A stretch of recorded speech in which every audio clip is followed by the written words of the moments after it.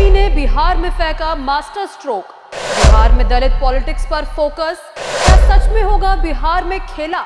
नमस्कार, आप देख रहे हैं भारत एक्सप्रेस और मैं हूं आपके साथ आंचल मित्तल। देश भर में जातीय जनगणना के मुद्दे पर काफी फोकस रहा है और आज भी जातीय जनगणना को लेकर वार पलटवार जारी रहता है। वहीं देखिए, एक बार फिर से जातीय जनगणना के मुद्दे पर राजनीतिक और सामाजिक बहस लगातार तेज हो रही है। इसी बीच बीजेपी ने जाति आधारित राजनीति में एक बड़ा और रणनीतिक दांव खेला है। हाल ही में ओडिशा और हरियाणा में लिए गए फैसलों को सिर्फ स्थानीय नहीं बल्कि राष्ट्रीय रणनीति के हिस्से के तौर पर देखा जा रहा है। खासकर बिहार चुनाव को ध्यान में रखते हुए ओडिशा में पहली बार बीजेपी सरकार ने अन्य पिछड़ा वर्ग यानी कि ओबीसी को 11.25% आरक्षण देने की घोषणा की है।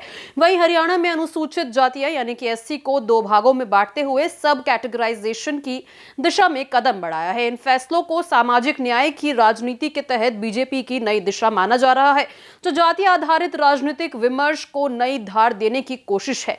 वहीं कई लोगों का कहना है कि इन पार्टी मॉडल्स को बिहार में होने वाले आगामी विधानसभा चुनाव में एक एग्जाम्पल के रूप में पेश कर सकती है, ताकि ओबीसी और एससी वर्ग के मतदाताओं को अपनी तरफ किया जा सके।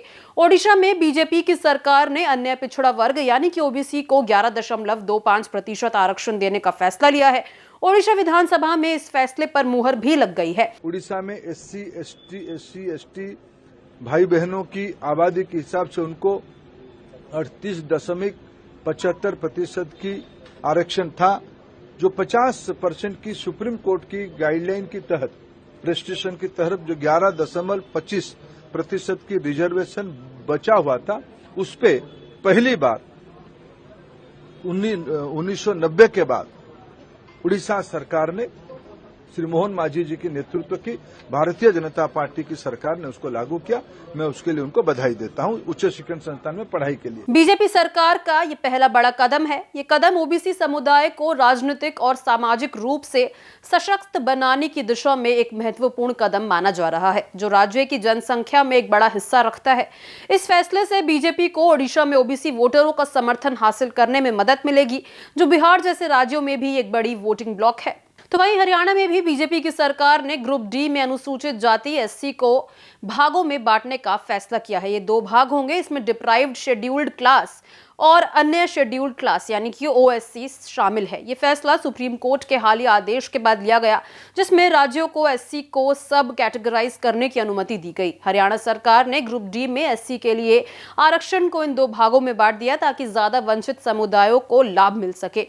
इस कदम से बीजेपी को हरियाणा में दलित वोटरों का समर्थन हासिल करने में मदद मिलेगी, जो बिहार में भी एक महत्वपूर्ण वोटिंग ब्लॉक है। देखिए, बिहार में इस साल होने वाले चुनावों को देखते हुए बीजेपी के इन कदमों को एक मास्टर स्ट्रोक कहा जा रहा है। बिहार में जाति आधारित राजनीति बेहद खास है और ओबीसी दलित वोटरों का समर्थन हासिल करना किसी भी पार्टी के लिए चुनाव जीतने की कुंजी है। बिहार में जातीय जनगणना का मुद्दा विपक्ष खासकर आरजेडी कांग्रेस जोर शोर से उठा रहा है।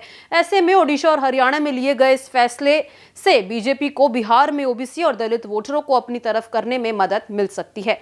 बिहार में जातिगत जनगणना की मांग काफी समय से राजनीतिक बहस का मुद्दा रहा है। विपक्षी दलों ने इसे लगातार एक बड़ा मुद्दा बनाकर सामने रखा है। ऐसे में ओडिशा और हरियाणा में बीजेपी द्वारा लिए गए हालिया फैसलों को उसी दिशा में एक ठोस कदम के रूप में देखा जा रहा है। अब देखना ये होगा कि बीजेपी का ये प्लान बिहार में कैसे सक्सेस होगा। ओडिशा और हरियाणा में खेला गया गेम बिहार में किस तरीके से देखा जाएगा, ये देखना खास रहेगा। फिलहाल इस खबर में इतना ही। इसी तरह की और खबरें देखने के लिए हमारे चैनल को जरूर सब्सक्राइब करें।